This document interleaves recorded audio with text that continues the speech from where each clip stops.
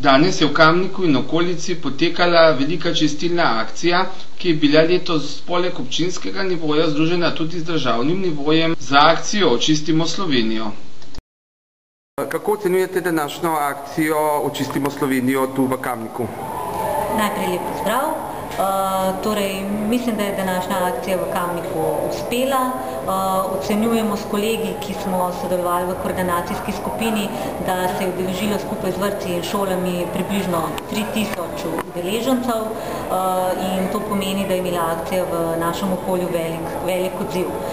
Vemo pa, da čistilna akcija v Kamniku poteka že leta in je že nekako ustaljena praksa.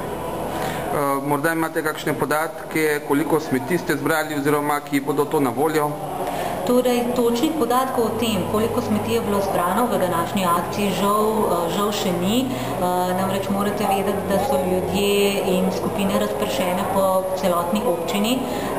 Podjetje komunalno oziroma podjetje, ki odvaža smeti v Kamniku, nam je dalo na razpolago 2 traktorja, ki že od zjutraj od 9. ure krožita po mestu in odvažata smeti v Suhadolsko jamo. Mnogo večje odlagališča bo potrebno odstraniti prav s tovornjaki podjetja Publikus. To se bo še dogajalo danes in tudi v ponedeljek.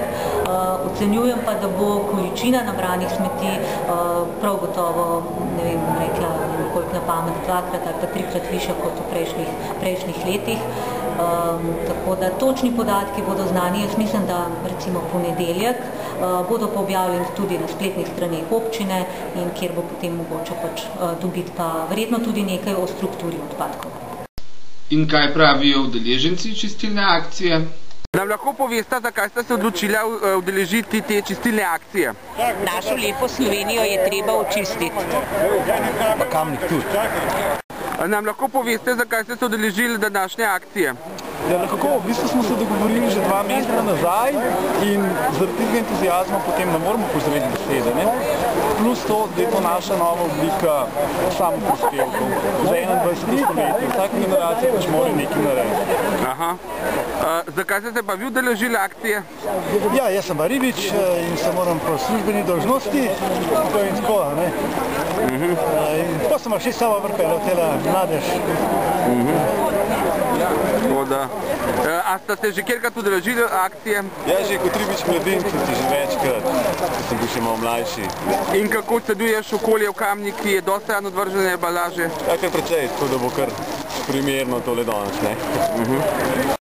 Nam lahko poveste, kdo je vaša skupina, ki se je tako skupinsko udeležila te akcije? Mi smo klub 7E+, naš moto je združi koristno s prijetnim in smo rekli, moramo narediti nekaj za skupne dobro in to je to. Smo danes tukaj. Nam lahko poveste, zakaj se udeležujete današnje akcije? Se večkrat že udeležujete? Zato, da se drug let treba. Moram reči, da se vsako leto udeležimo te akcije. Letos sem se že kar malo več. Plus tega se pa nekateri dobijo v Španci, eni so v Duplici, tako da je našem številu kar presrečeno. Vi ste omenili, da ste bili včasih tudi voditelj mladinske delovne akcije ali kako neki? Ja, tudi. Brigade, no? Brigade, ja, komandant Ljubljanske brigade Nevradni ceste, Maribor Trst. No, to je pa ni bilo več na sektorju Vrhnik Logatec. No, takrat je bilo tega ogromen.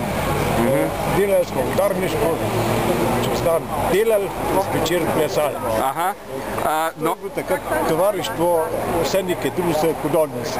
Prav bi pa bilo, da bi se ljudje zavedali, predvsem šoferje, da ne bi odmetavali smeti iz avtomobilov. Evo, tukaj imamo tudi eno gospo. Se vi prvič udeležujete te akcije? Ne.